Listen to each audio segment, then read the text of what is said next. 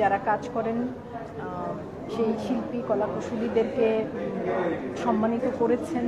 এবং এরকম আয়োজনের মধ্যে দিয়ে আসলে হয় কি, সারা বছর আমরা যারা কাজ করি যখন সেই কাজের জন্য সম্মান স্বীকৃতি পাওয়া হয়, সেটা এক রকমের উৎসাহ সামনে এগিয়ে যাবার বা আরও ভালো কাজ করার। পুরস্কার সবসময় আমার কাছে মনে হয় যে এটা আরও ভালো কাজ করার একটা প্রেরণা এবং দায়িত্ব। হ্যাঁ, তো সেই কাজটা বাইফা করে যাচ্ছেন, শিল্পীদেরকে কলাকুশলীদেরকে সম্মানিত করছেন।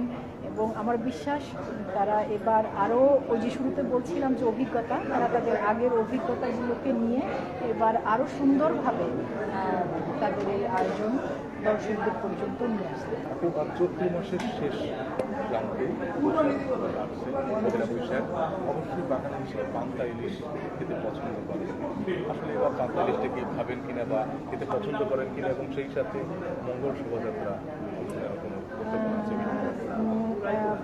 মানে বৈশাখ তো বাঙালির প্রাণের উৎসব, এবং আমি মনে করি যে এই একটি উৎসব আমরা বাংলাদেশের সমস্ত বাঙালি জাতি ধর্ম বর্ণ নির্বিশেষে সবাই একসাথে উদযাপন করি। এটা আমাদের দেশের প্রতিটি মানুষের উৎসব।